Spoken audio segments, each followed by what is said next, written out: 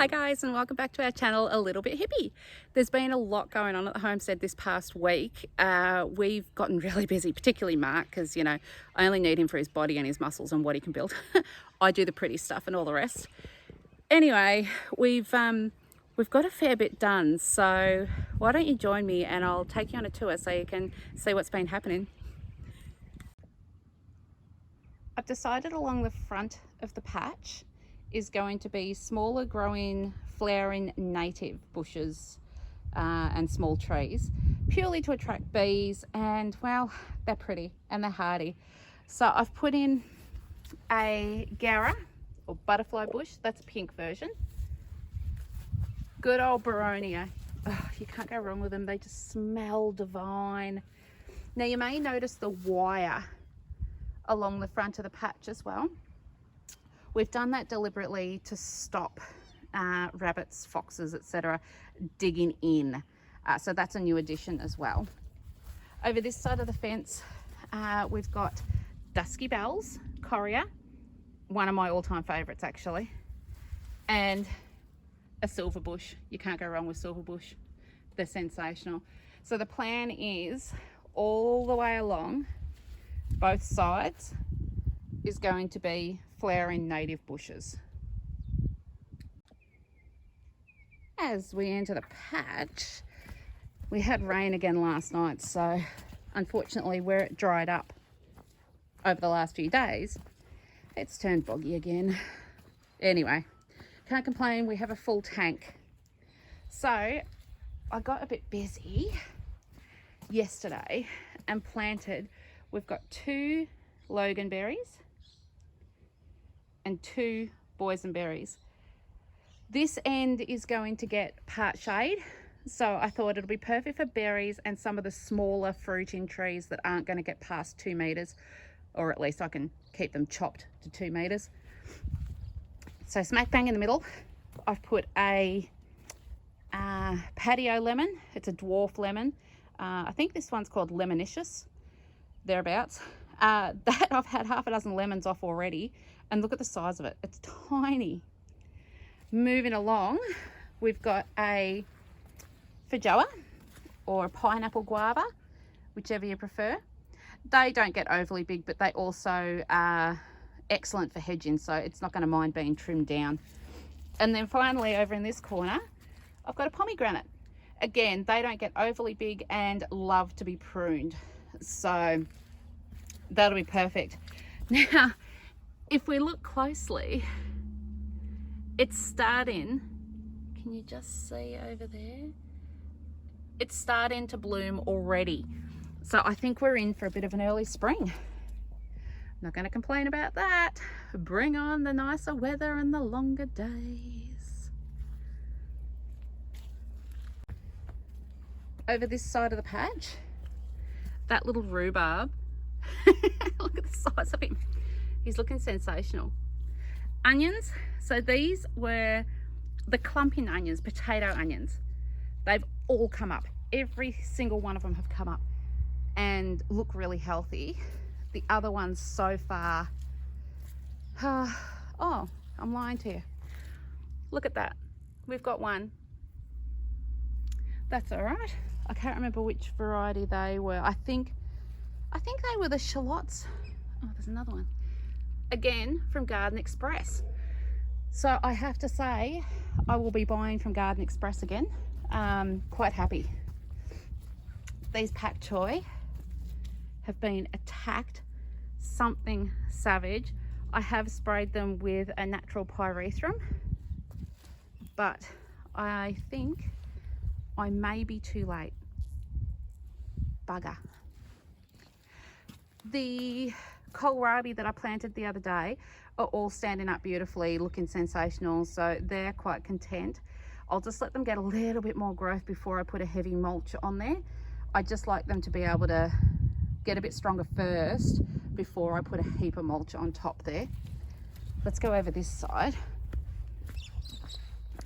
This is all the sugar beets, which are all standing up proud and looking fantastic. We had a good rain last night too, which helped, because I don't want to be overly watering where I can avoid it. We will have trouble during the warmer months. We do go into drought around here pretty easily, but on the whole, looking good. This side, that first rhubarb to pop up, look at the size of him. Oh, I can't wait. Nothing better than fresh rhubarb. So in this bit here, I was given a bag of kifla potatoes that had already started to sprout. So I have planted them and just heavily mulched them. So hopefully they won't be too far away because they're already sprouting quite profusely. Over this side are the Swedes. Again, they're looking really good too, considering I put them in and they were still quite small, but they're doing really well. Again, just want them to have a bit more growth on them before I go ahead and do a heavy mulch on them as well. Wait till you see this, because I'm beyond thrilled. Keep going. Ooh. We have our first spud. How cute is he? Look at that. So this is the Royal Blue, and they were the Goodman's seed potatoes from Bunnings, but they've done really well. No movement from the others yet, but that is a really good sign. I'm really, really happy. I kind of did a little secret happy dance yesterday when I found it. Then, wait till you see this. Check out the garlic. Look at the size of it. It's just gone nuts. I do fear that Peter's garlic is a lost cause, unfortunately. I'm not sure what happened there, but being the first lot of garlic we planted, we had a hell of a lot of rain, and I'm seriously thinking they got drowned.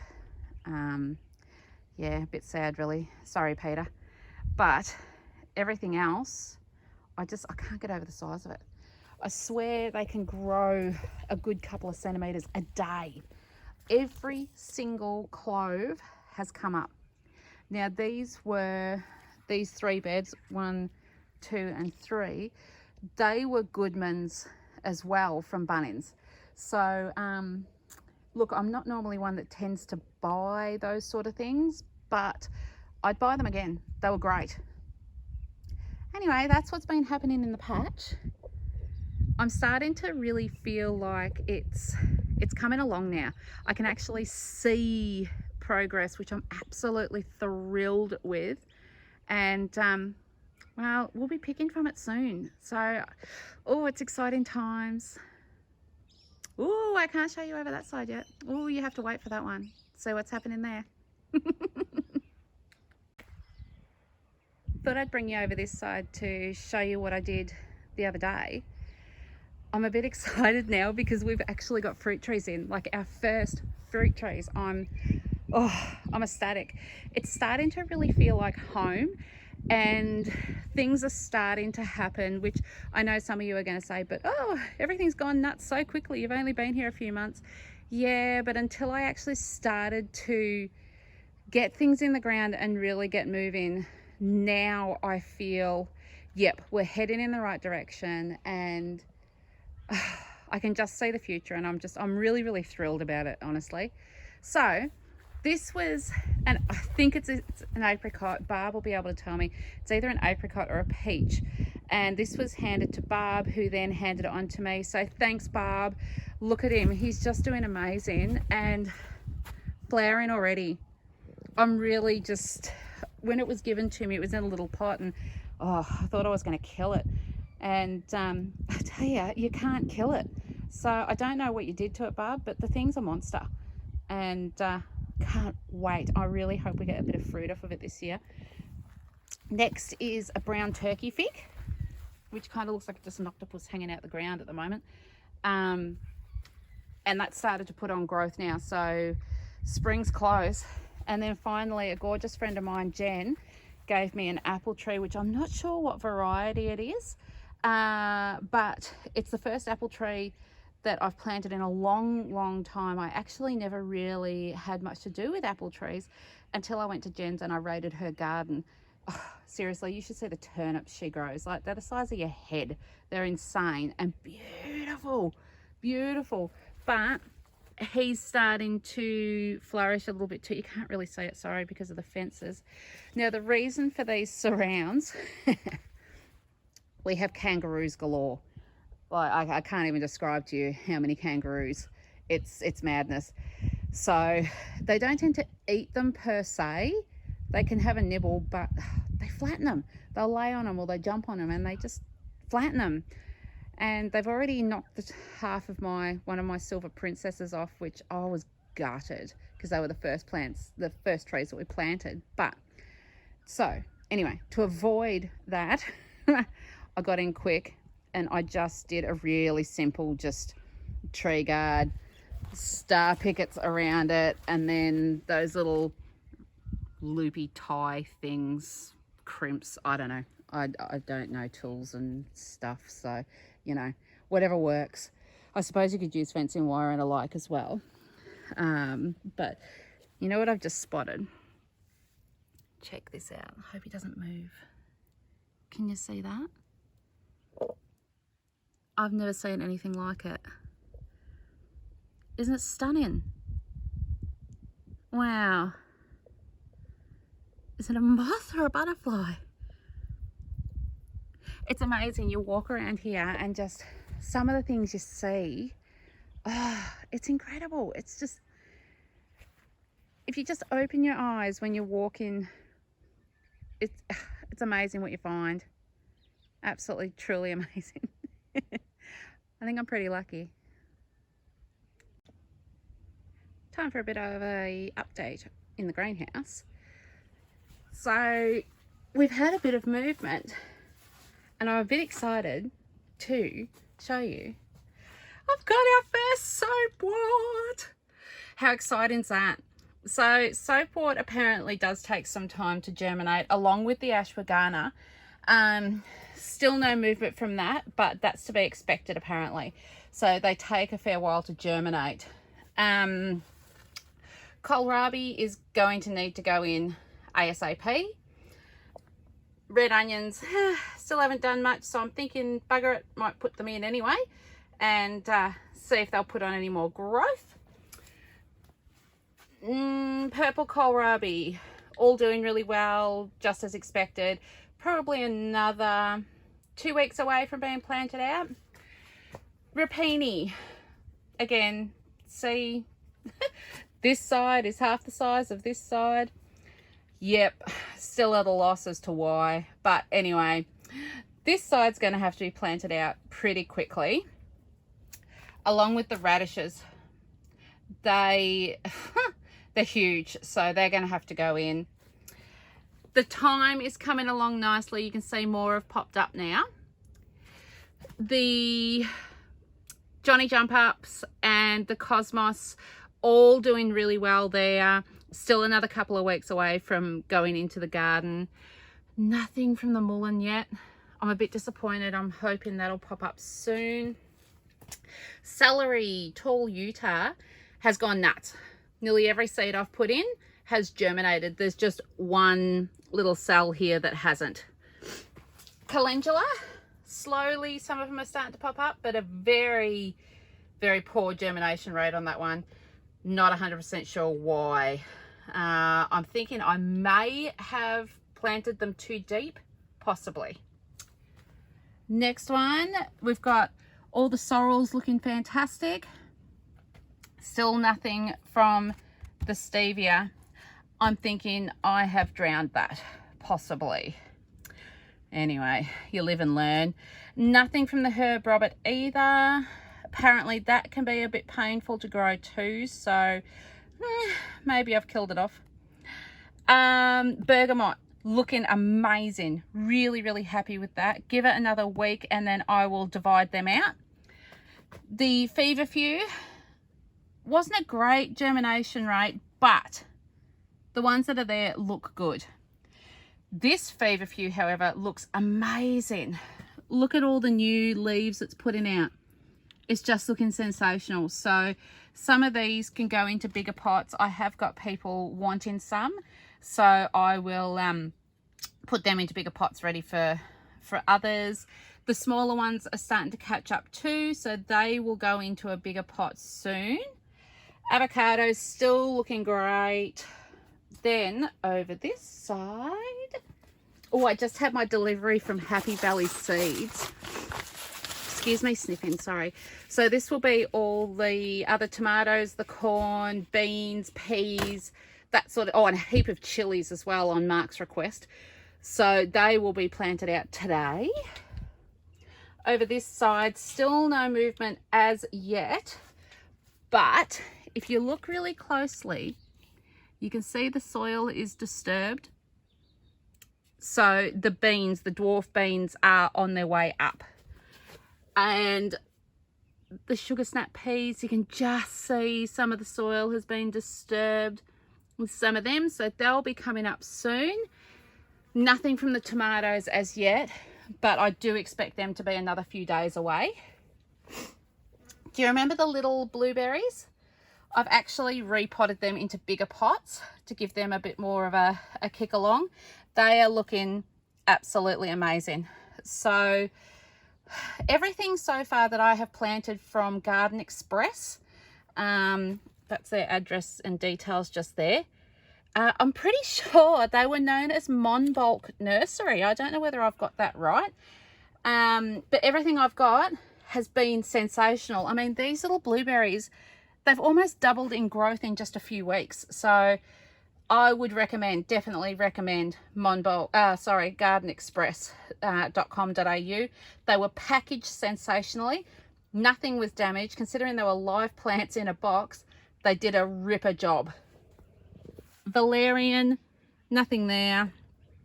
Plantain, nothing. Evening primrose, nothing as yet. But the yarrow is coming on lovely. Very slow growth on the lemon scented gum and the red flowering gum. Peppermint's looking amazing and now developed its second leaf. So soon I will separate them out into bigger pots. The foxglove, I think I'm going to have to separate them out there. It's still a bit too cold for it to go outside as yet. And the mustard greens, or wasabi, I can't remember what it's called now. Hang on. Mustard wasabina.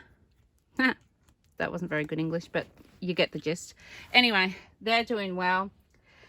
The cut-ins that I put in from that there is grapes from Peter.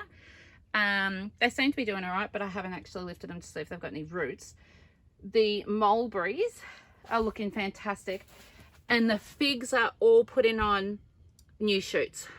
So I think we'll get quite a few figs and mulberries off of that lot, which will be great.